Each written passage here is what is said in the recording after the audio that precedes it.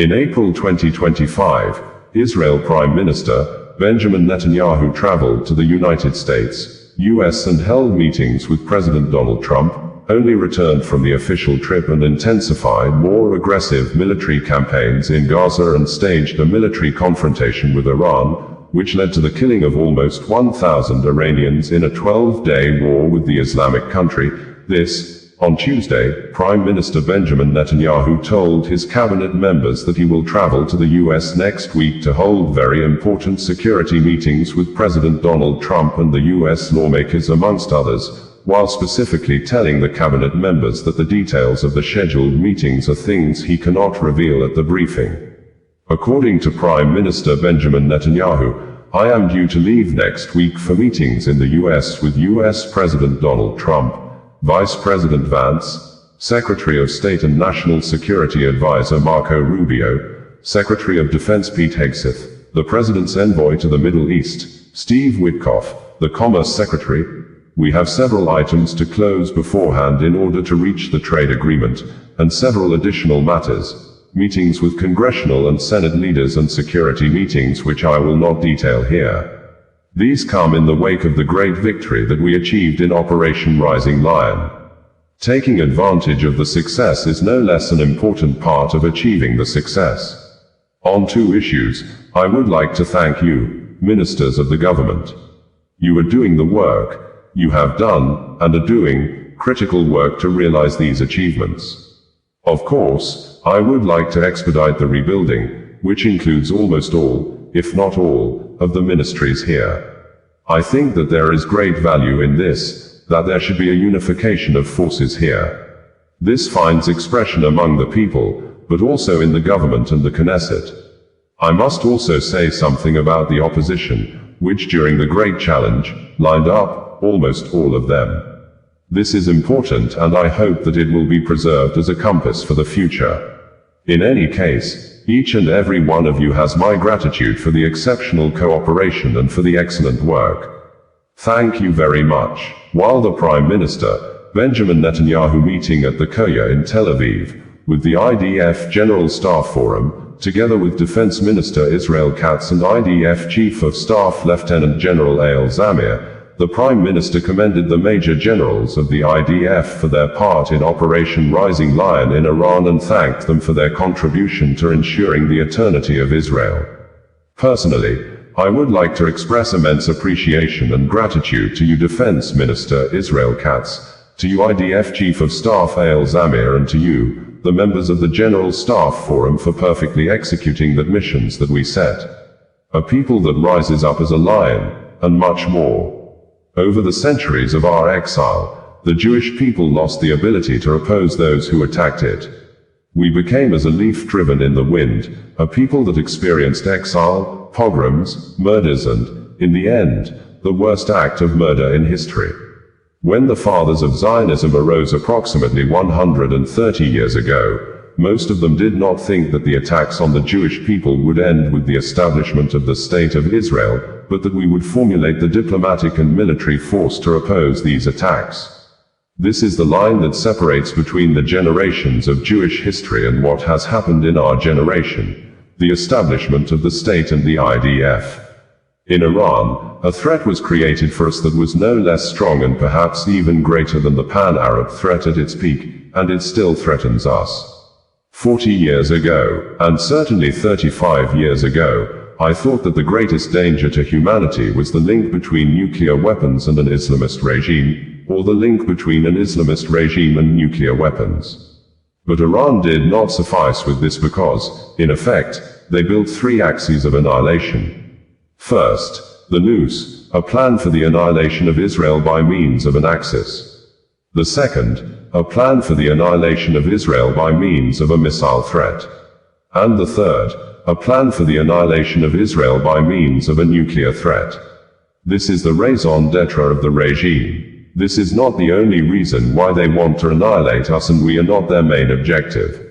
But in order to realize the main objectives, they must get rid of us.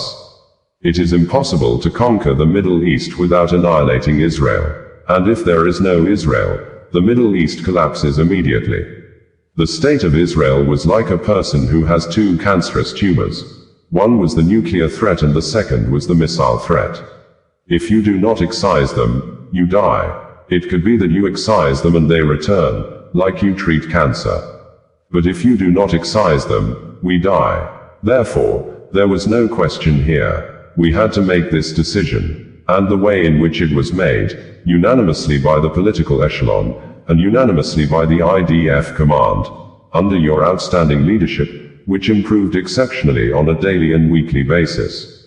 The question arose regarding the US, and I told you that we would do everything to get them on board, but this was not a condition. It was not a condition, but none of this would have been possible without the intensive and superb operation that will be etched in the history of our people, and, in my view, in the history of the world, certainly in the military history, which I believe everyone will come to study. This has major implications for our economy. We are already feeling it, the Prime Minister, Benjamin Netanyahu stated. We have reported that the United States, US President, Donald Trump has accused members of the Israel House of Assembly, known in Hebrew word as Knesset, of apparent politically witch-hunting the Israel Prime Minister, Benjamin Netanyahu, with corruption case President Trump had described as nothing but political witch hunt, saying, the Knesset prosecutors should let Benjamin Netanyahu go, that, he's a war hero who have worked with the US to eliminate Iran nuclear threats, and currently he has a big job to do with negotiations of peace deals with Iran and Hamas, stressing in a question manner how possible is it for the Israel Prime Minister to sit in court all day long. The Prime Minister lawyer had filed a 2-week delay of the case, citing national security demands following the 12-day Israel-Iran war, but the court sitting in Jerusalem rejected the application on Friday, and Benjamin Netanyahu, who has spent 20 years as Israel Prime Minister, was expected to be in court on Monday for cross-examination in the corruption case that started with police investigation in 2016 and the court trial commenced in 2020, but a report from some foreign media quoting the Prime Minister political party, Likud, a few hours ago indicated that the court on Sunday has postponed the case and cancelled it from holding this week. Similarly, some members of the Knesset had accused the Prime Minister of trying to use the regional war with Hamas, Hezbollah and Iran to secure end to the corruption charges. We had reported that thousands of mourners on Saturday put on mostly black and black clothes and rallied from Enghalab Square to Azadi Square in Tehran, the Iranian state capital, to honor the country's top military commanders, nuclear scientists, 4 little children and 4 women among the hundreds of people killed during the 12 days war the Islamic country had with Israel and the United States, US, with the mourners chanting anti-US and Israel songs, while the Iran Supreme Leader, Ali Khamenei, was not seen at the funeral, with reports indicating that he has remained out of public space and still taking cover in a well-secured hideout since, on Tuesday, the ceasefire between the two countries had been brokered, and the cynosure of many eyes at the state funeral ceremony was the arrival and appearance of 2 top senior Iranian military officers previously declared killed by Israel, Ali Shamkhani, senior advisor to Supreme Leader Ayatollah Khamenei, and Esmail Khani, commander of the Islamic Revolutionary Guard Corps, IRGC Quds Force, which Israel Defense Forces, IDF, had claimed to have assassinated with an airstrike on the 13th of June 2025 during the start of the Iran-Israel war. However, Iranian state media contradicted the IDF report on the 20th of June that the officials are still alive, and they were in stable condition after recovering from severe injuries from the strike. We had reported that the Israeli Prime Minister, Benjamin Netanyahu, has listed what the troops of Operation Rising Lions achieved in a 12-day war with the Islamic Republic of Iran, stating that Israel will now pursue the path of making peace with nations in the Middle East and compensate those that suffered damages, specifically stating that all the buildings destroyed by Iran ballistic missiles will be rebuilt anew by the Israeli government for the victims, adding that, without the immense achievements in Gaza, in Lebanon, in Syria, and against the said terrorism in Judea and Samaria, Israel would not have been able to reach Tehran, made the statement on Tuesday evening after Iran President Masoud Pezeshkian announced an end to the 12 days tense and frightening military campaigns that the United States, led by President Donald Trump, took side with Israel and officially and openly got itself involved in the war on Saturday 2025, when U.S. special military troops flew several B-2 bombers, fighter jets, and attacked 3 Iranian cities of Fordo, Natanz and Isfahan, with allegations that the Iranian nuclear facilities in the cities have been destroyed, allegations several media reports and authorities in Tehran have dismissed. But in retaliation to the U.S. invasion of the Iranian territory, the Islamic Revolutionary Guards Corps, IRGC, launched 6 missiles into Qatar on Monday with the intention to destroy U.S. military base in the Qatari capital of Doha known as U.S. Al Udeid Air Base. But, according to Qatar state media, Doha News, all the missiles were intercepted. We had reported that the head of the Christian Catholic Church, Pope Leo XIV, has appealed to all actors involved in the ongoing war in the Middle East and beyond to end the battles because, according to the Pope, war only amplifies or creates more problems, and no amount of military victory can compensate the pains of mothers, the stolen futures and the fear of children, emphasizing that war does not solve problem. We had reported that the Israeli Prime Minister, Benjamin Netanyahu, has commended President Trump of the United States, U.S. overnight attack the U.S. military for the first time for years carried out on Iranian cities of Fordo, Natanz and Isfahan, saying, like him and President Trump do say that peace comes through strength, the U.S. troops acted with a lot of strength while bombing the nuclear facilities in the 3 cities of Iran. We had reported that the United States, U.S. President Donald Trump has confirmed that the U.S. military troops have attacked nuclear facilities in the Iranian cities of Fordo, Natanz and Isfahan on Saturday night, June 21, 2025, according to U.S. local time of Pacific Standard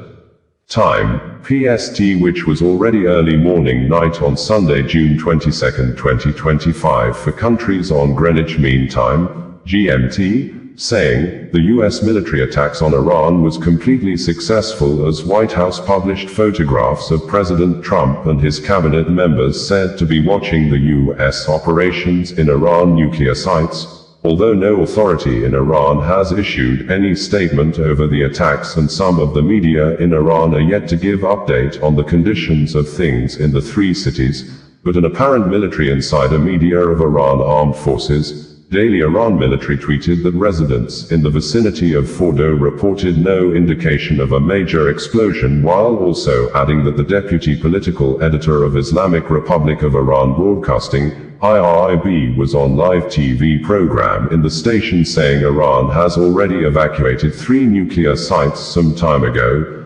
This, Israel Defense Forces, IDF, earlier on Saturday night posted an aerial view recorded video of the Israeli troops bombing a location said to be Isfahan nuclear site facility, said the Iranian uranium enrichments reconversion were taking place. We had reported that 22 persons suspected to be spies have been arrested in the Iranian province of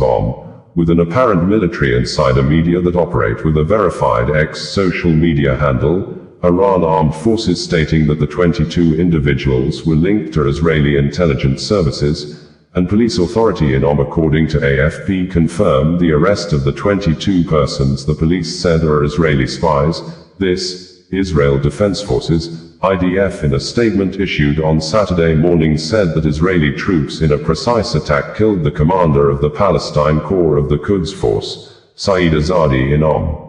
We had reported that the India Ministry of External Affairs, in a statement issued on Tuesday, says the government of India has moved India students in Tehran out of the Iranian capital city due to safety concerns following the continuous exchange of air bombardments between Israel and Iran, while at the same time, the government of India advised other citizens in Tehran that can afford their own transport fare to leave the Iranian capital city immediately, adding that some citizens of India have been evacuated out of Iran completely through the border with Armenia. The India Embassy in Israel had on Sunday advised persons of India origin not to move unnecessarily in Tel Aviv, and they should obey safety instructions from the Israeli authorities and Home Front Command.